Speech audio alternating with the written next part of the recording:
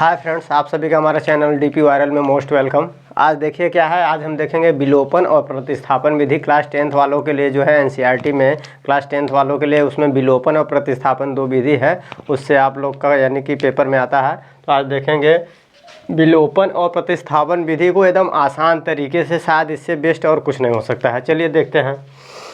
बस आप लोगों का 5 मिनट, मैक्सिमम 10 मिनट लेंगे। 10 मिनट में विलोपन और प्रतिस्थापन अच्छे से बताएंगे। चलिए देखते हैं। इसमें यहाँ पे देखिए पहले से भी सवाल ले रखे हैं, आप लोग के एनसीईआरटी बुक से लिए हैं, यानी उदाहरण नंबर इसमें उदाहरण लिए हैं, ठीक है ना। लेकिन आप लोग को पहले क्या है, अपने तरफ से एक एक सवाल एग्जाम्पल बता देना है, फिर इसके बाद आपका जो है आपके एनसीईआरटी वाले से जो सवाल है उसको कराएंगे, ठीक है ना।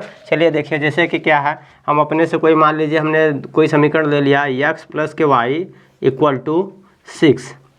मान लीजिए एक ये समीकरण है, और दूसरा क्या है, एक समीकरण मान लीजिए ये समीकरण 1 है, और दूसरा समीकरण आपका दिया है x - के y = 4। इस तरह से समीकरण दिया है, और ये आपका समीकरण नंबर 2 है। तो अब इसको कह रहा है कि विलोपन विधि से, और इसी को बताना है प्रतिस्थापन विधि से हल करना है। तो कैसे आप हल करेंगे, तो पहले आप उसके नियम को, तरीके को समझिए, इसके बाद तो फिर इसको बताएंगे, ठीक है। चलिए देखते हैं। तो समीकरण 1 है और दूसरा समीकरण ये है। तो विलोपन हो या प्रतिस्थापन विधि हो, तो इसमें क्या होता है कि देखिए, इसमें x + y इधर है, LHS में है, और इसमें x - y है। तो इसको क्या करेंगे, सिंपल क्या करेंगे, दोनों समीकरणों को आपस में क्या करेंगे, जोड़ देंगे। दोनों समीकरण को जोड़िए।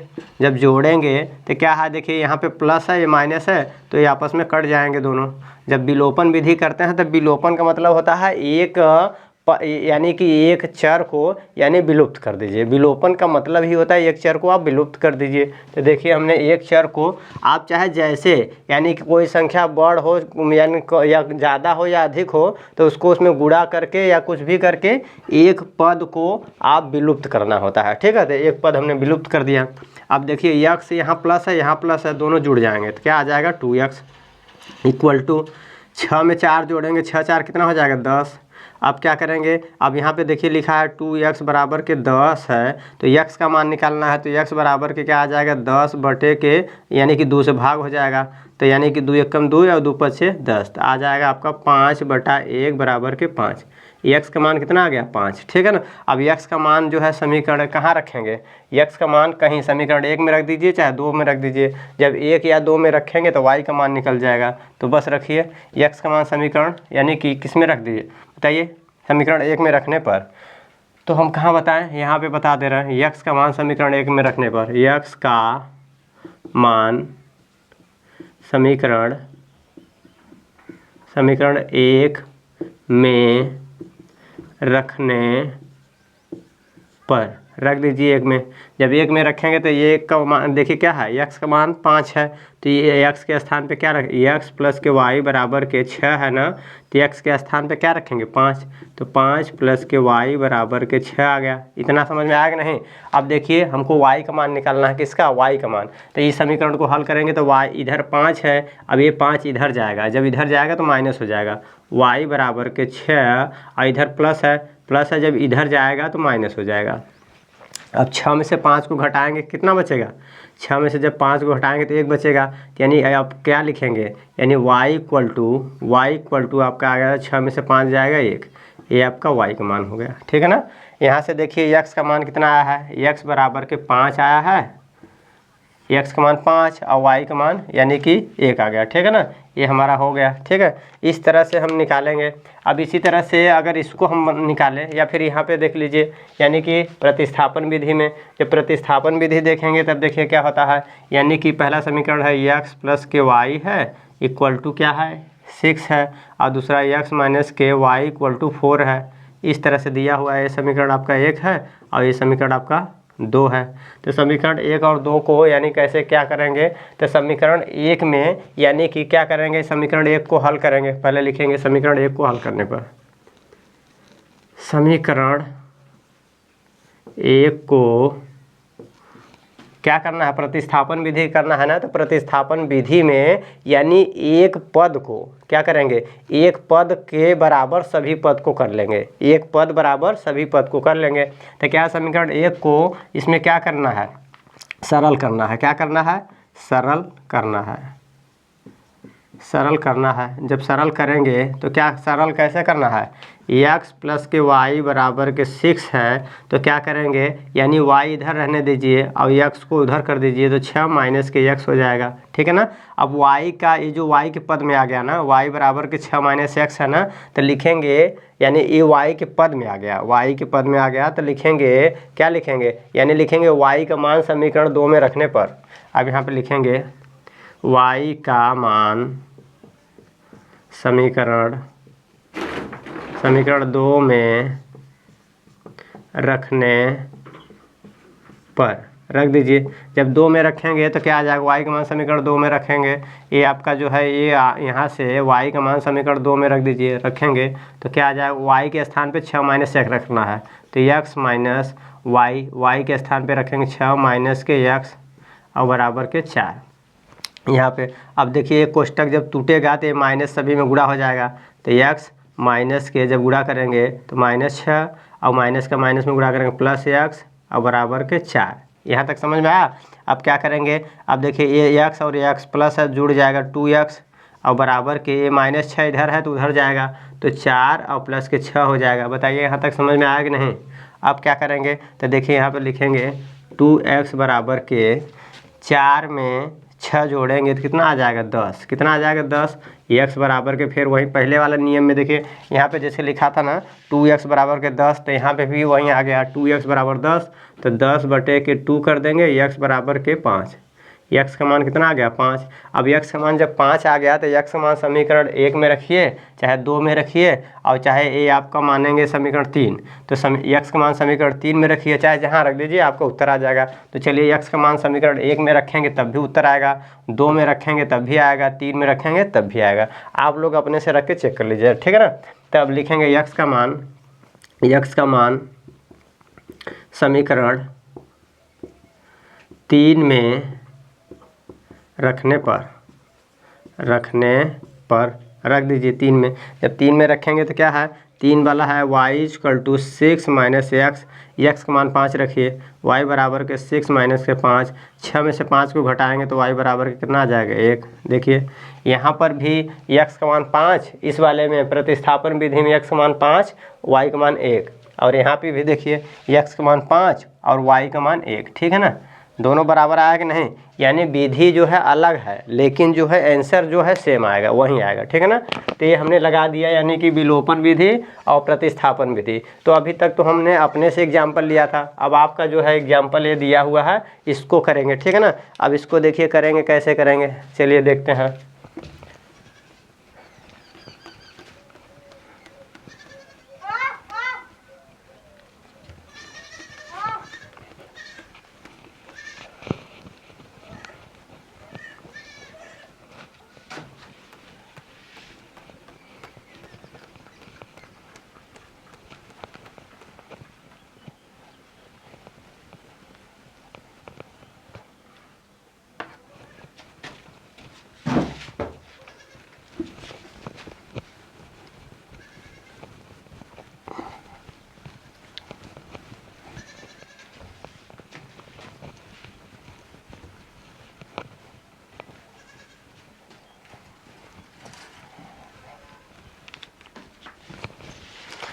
इसमें देखिए पहले विलोपन वाला देख लेते हैं। विलोपन वाले में कहाँ से है, कौन सा है एग्जाम्पल, मिटा दिए हैं, माफ़ कीजिएगा हमसे मिट गया है विलोपन का। विलोपन वाला जो है आपका है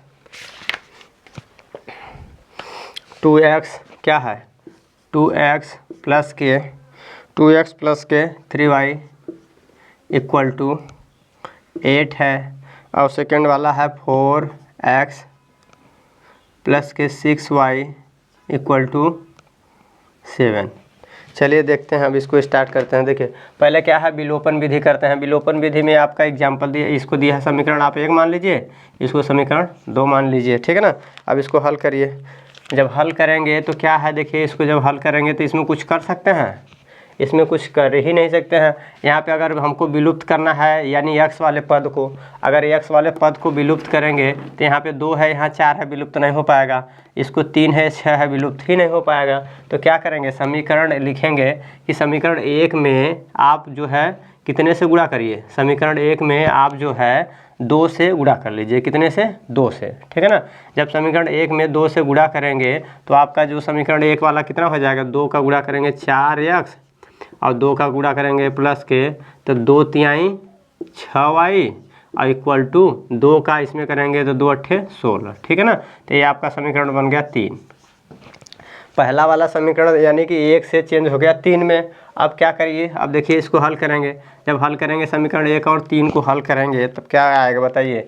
समीकरण 1 और 3 को हल करने पे लिखेंगे, यानी समीकरण 1 में से 3 को घटाने पर, तो समीकरण यानी 2 और 3 को हल करना है। ये वाला तो आपका चेंज हो गया इसमें, ठीक है ना। तो आप समीकरण 2 और 3 को हल करिए, तो लिखेंगे समीकरण 2 में से 3 को घटाने पर, तो घटा दीजिए। जब घटाएंगे तो माइनस माइनस माइनस, ठीक है ना। तो जब घटाएंगे तो देखिए क्या है, ये भी कट जा रहा है, ये भी कट जा रहा है, तो इसका मतलब है x और y के यानी पद ही गायब हो जा रहा है, ठीक है ना। जब x और y के पद गायब हो जा रहे हैं तो इसका मतलब है x का मान भी 0 आ जाएगा और y का मान भी 0 आ जाएगा, ठीक है। यहाँ पे इसको जब हल करेंगे, सही लिखे हैं ना, देख लेते हैं, ठीक है, यानी कि 2 3, ठीक है ना, इस तरह से है। जब इसको हल करेंगे तो यानी इसमें कुछ आएगा ही नहीं। देखिए यहाँ पे ये भी कट जा रहा है और ये भी कट जा रहा है, तो इसका मतलब ये है कि इसमें x और y का मान ही नहीं आ रहा है। x बराबर 0 आ जाएगा और y बराबर 0 आ जाएगा, ठीक है ना। इस तरह से आएगा, दोनों मान 0 आ जाएगा, ठीक है ना। अब इसी तरह से इसमें देखेंगे प्रतिस्थापन विधि, इसमें आपका ही एग्जाम्पल दिया था एनसीईआरटी में, ठीक है ना। और इसका ये प्रतिस्थापन विधि देखेंगे। प्रतिस्थापन विधि में इसको आप देखिए क्या है कि समीकरण 1 है या अब इसको आप समीकरण 2 मान लीजिए, ठीक है ना। जब समीकरण 1 हो गया ये और ये आपका 2 हो गया, तो इसको कैसे हल करेंगे। तो इसमें क्या है कि पहले वाले समीकरण को यानी x के पद में लिख लीजिए या y के पद में लिखिए। तो समीकरण 1 को x के पद में लिखने पर x के पद में लिख लीजिए। जब x के पद में लिखेंगे, ठीक है, या फिर y के पद में लिख लीजिए। जब y के पद में लिखेंगे तो आसान हो जाएगा, ठीक है ना। तो देखिए यहाँ पे 7x है और माइनस के 15y है, इक्वल टू क्या है 2 है। इधर जब y के पद में लिखना है तो y वाला इधर चला जाएगा, तो 7x, ठीक है ना, बराबर के 2 और प्लस के 15y, यहाँ तक हो गया। अब यहाँ x का मान निकालना है, तो x बराबर के 2 प्लस के 15y और बटे सभी के बटे 2 हो जाएगा, ठीक है ना। अब यहाँ से x का मान जो है कहाँ रखेंगे, समीकरण यानी कि 2 में रखने पर। ये आपका मान निकल गया ना यहाँ से, तो ये आप इसको मान सकते हैं समीकरण नंबर 3, ठीक है ना, समीकरण नंबर 3। तो x का मान समीकरण 2 में रखने पर, x का मान